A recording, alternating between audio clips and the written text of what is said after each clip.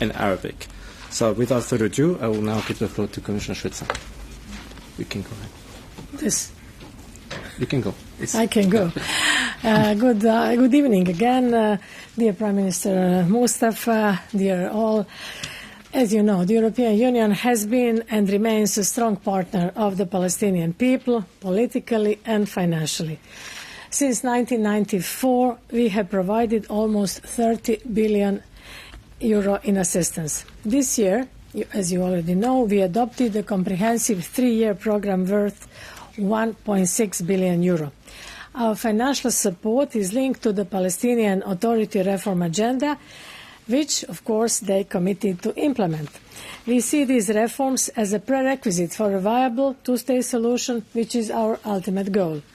Today marked a very important moment. The inaugural meeting of the Palestine Donor Group, which is still ongoing, a platform bringing together key international partners to support a reformed and well-functioning Palestinian Authority. Our aim is to strengthen governance, build a more resilient economy, stabilize finances, improve services for the population, and create conditions for future effective governance across all territories. Gaza's recovery was also a central part of our discussions. The European Union firmly believes that Palestinians must have a real and decisive role in shaping their own future, including governance across the West Bank, East Jerusalem, and Gaza. The donor group exists to support and monitor implementation of the reform agenda, ensuring accountability and progress. This meeting was a success, bringing together over 60 delegations from around the world, demonstrating both solidarity and concrete support. Joining forces, we demonstrated the essential role of collective action in addressing the complex challenges facing the Palestinian Authority. Our message was clear. Mr. Prime Minister, you are not alone in this endeavour. We recognize the progress achieved on key reforms under exceptional circumstances. We support your commitment to the reform agenda, in particular on fiscal, economic and governance reforms. The social protection and education reforms remain crucial. More work remains to be done in these areas. It is essential that we remain firmly committed to this path with determination and in full transparency. Together with the Member States, the European Union is also supporting measures against corruption as well as for private sector development and the provision of basic services in energy, water and digitalisation. I would like to say a word on how the EU delivers our support. This is important because there were some questions. We channel our financial contributions to the Palestinian Authority through the Pegasus mechanism to support essential expenditures, including salaries of public workers like teachers and healthcare staff, and pensions for civil servants. Pegasus is a secure, reliable and well-tested instrument, supported by a rigorous control, verification mechanism and stringent safeguards. Today, we had an important moment to showcase and support this system. I am pleased to announce that today, together with Germany, as you witnessed earlier, Luxembourg, Slovenia and Spain, we signed more than 82 million of new contribution agreements in additional finance support from our member states channeled through Pegasus. We wanted to illustrate this today. The total amount pledged this year is of more than 88 million euros, including earlier contributions from Finland, Ireland, Italy and Spain. This mechanism remains open to all partners wishing to join. As said, our EU support is substantial, but we need further international support to stabilize the Palestinian fiscal situation. I commend the recent emergency support initiatives and additional contributions from member states and reiterate our call to all donors to step up. Maybe this press conference will help. Israel has, of course, a significant role to play in this. I believe they also want to see a reformed Palestine Authority. We will continue to engage with them and urge for a release of the tax revenues, along with the renewal of corresponding banking relationships. This was said by all the participants today by now. Tax revenues from Israel and renewal of corresponding banking relationships. Let me now say a word on Gaza. It deserves more than a word. Any credible recovery and future reconstruction efforts must be Palestinian-owned. The ceasefire is holding, but remains fragile, and urgent humanitarian aid still needs to reach those in need. We welcome the US-led UN Security Council resolution on the Gaza peace plan as a major step in advancing peace. The resolution also mentions the need for reformed Palestinian Authority, and the Palestine donor group contributes to this goal. I reiterate that our broader objective remains a two-state solution. Together with efforts led by the United States, Egypt, Qatar, Turkey, and the wider international community, we can make this vision a lasting reality. The European Union is ready to engage also in the next phase on further reforms, humanitarian aid, and recovery, and as a part of Team Europe, alongside our member states and key regional and international partners. Our efforts are focused on ensuring that recovery and reconstruction fully respect international law, with Palestinian participation in governance across all territories. In these extremely difficult times, we must keep hope alive. The vision of peace and security in the Middle East remains essential. There won't be any prosperity in the Mediterranean, which is my region, without peace and stability in the Middle East. Today, we demonstrated that this commitment is alive. And I urge or I invite all of you to continue our joint forces for a future where Israelis and Palestinians can live side by side in peace and security. This is for the Thank you, Madam Commissioner, for this presentation and for the convening of this conference and this meeting. Very important one, I think, came at a very critical moment of our history and the history of our region.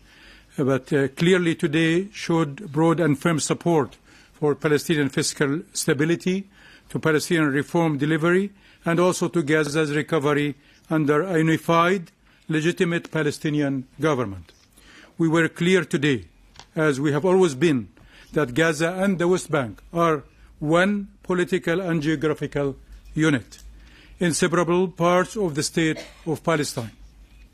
Reunifying the two under one legitimate government, one law, and one administration is not a slogan. It's the only workable path to stability, to accountable governance, and to credible reconstruction effort. The rights of the Palestinian people, including the right of self-determination and statehood, remain the foundation for peace. The two-state solution is the only viable path to lasting security and stability for all peoples in this region. It's not an abstract concept. It's the only workable end to this conflict, and it must be defended and advanced. Today, we presented progress on our national reform agenda that's implemented, not promised, implemented, and that is recognized by our partners as ahead of schedule, despite the difficult environment. Social protection reform is operational. Tax and VAT reforms are underway. Financial management is being digitized. Governance reform, including institutional mergers and merit-based appointments, are moving forward. And the education modernization program is already in implementation. This progress is being delivered alongside daily fiscal pressure and direct Israeli policies aimed at weakening the Palestinian Authority and its ability to function and provide our people with the necessary services. But let me be very clear here. No government can sustain reforms if it is denied its own revenues. The current fiscal crisis is politically motivated. Israel's withholding of Palestinian clearance revenues threatens salaries, service continuity, and stability in both Gaza and in the West Bank. We value the strong partnership with the European Union and contributing member states, but we need predictable, front-loaded funding and actions to protect corresponding banking lines and shackle liquidity ceilings. I think we all agreed in meetings today that Gaza's recovery must be real, sequenced, and Palestinian-led. We have a unified framework for this. We have already undertaken the interim damage assessment with help from our partners, the World Bank, the EU, and the United Nations. The Arab plan that was endorsed by the Arab Summit and the United Nations also there, ready. We have now developed a detailed implementation plan for Gaza reconstruction made up of 56 different programs ready to go. And we have already established the institutional arrangement for the implementation of this reconstruction plan through establishing a Gaza reconstruction unit at the Ministry of Planning, and we continue to scale it up to an independent Gaza reconstruction agency when the time allows. We are a people who have carried unbearable loss, yet we continue to build.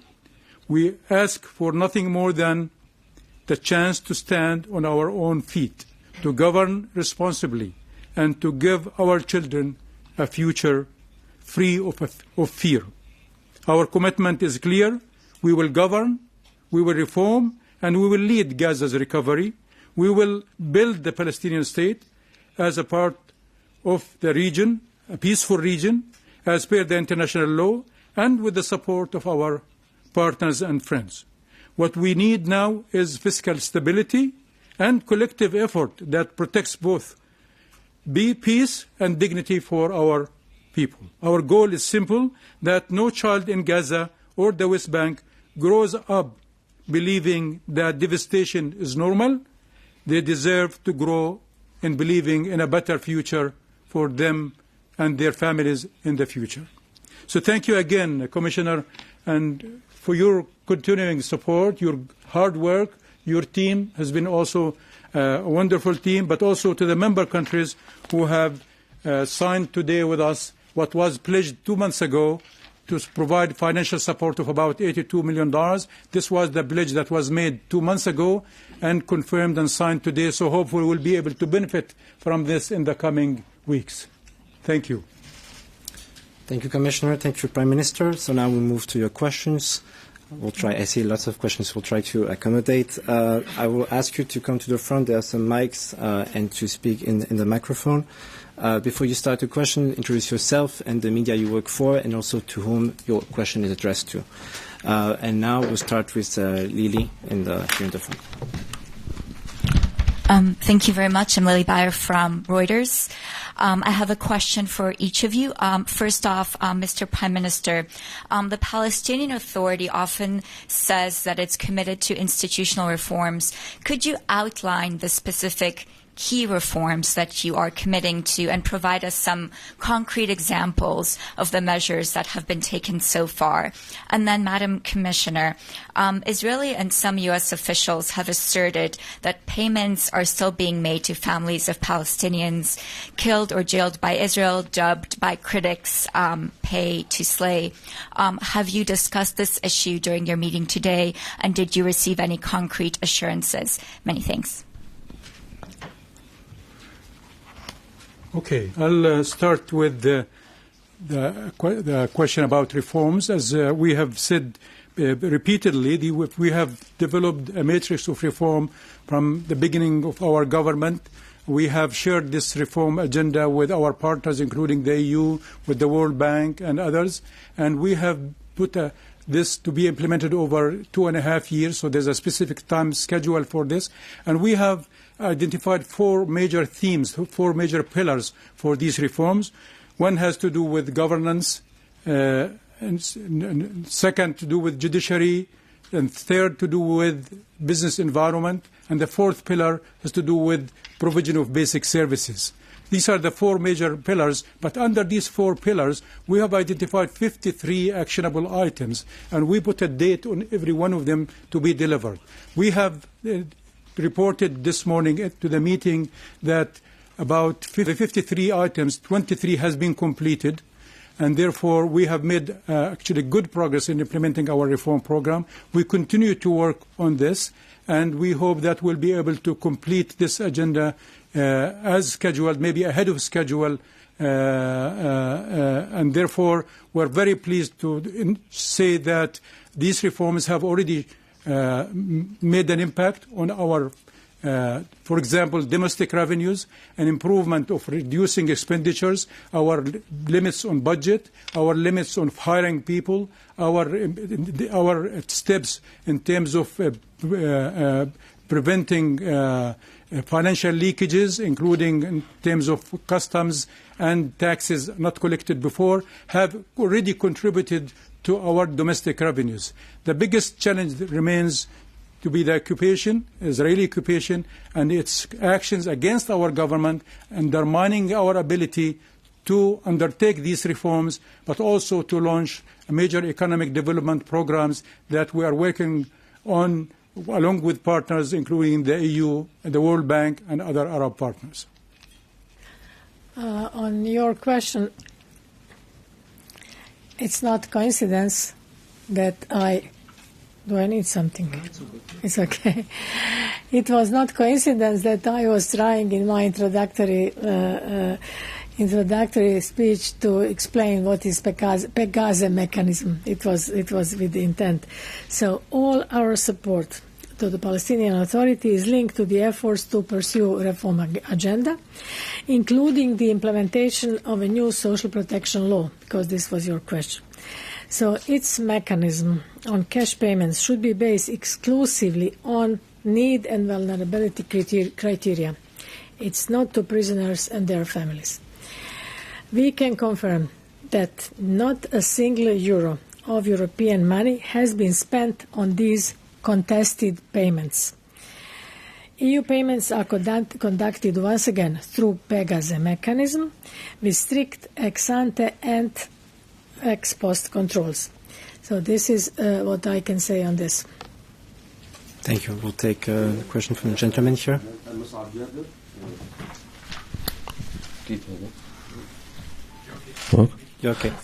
مصعب جابر صحفي فلسطيني من وكالة صدى نيوز. احنا موجودين هنا مع زملاء الصحفيين بدعوة من الاتحاد الأوروبي واستضافة منهم.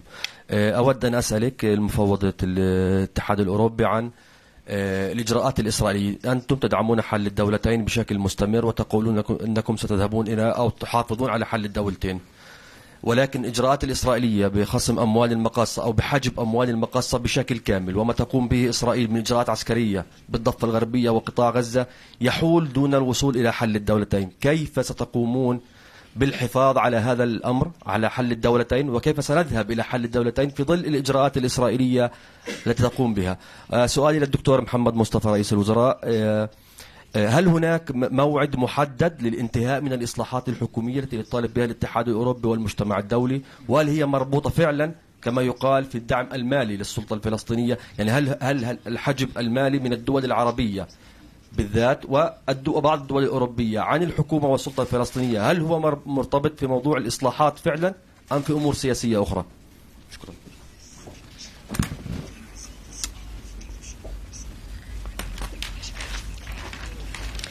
To reply to your question, I already mentioned there was no one in this Palestine donor group this afternoon, as well as this morning in Foreign Affairs Council meeting, who didn't mention these tax revenues which were withheld by Israel.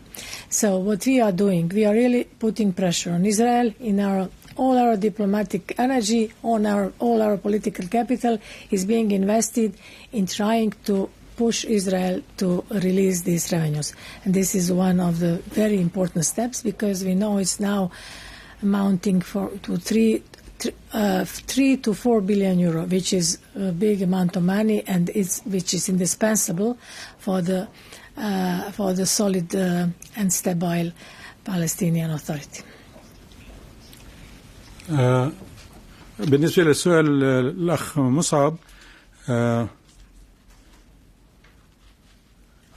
بالنسبة للإجراءات الإصلاحية التي تبنتها الحكومة كما ذكرت سابقا، احنا في بداية إنشاء هذه الحكومة طورنا برنامج إصلاحي خاص بنا، وقمنا باستعراضه وعرضه على الشركاء العرب والدوليين من أجل إثبات بأن السلطة الفلسطينية جادة ليس فقط للتناغم مع طلبات المانحين، ولكن أيضا من أجل الاستجابة لرغبات مواطنين الفلسطينيين الذين يريدون أيضا أن يروا في بلادهم بلاد مزدهرة ومتقدمة، ويروا في أن الحكومة تقدم خدمات متقدمة، وأن هناك في شفافية وحسن حوكمة في إدارة الأمور.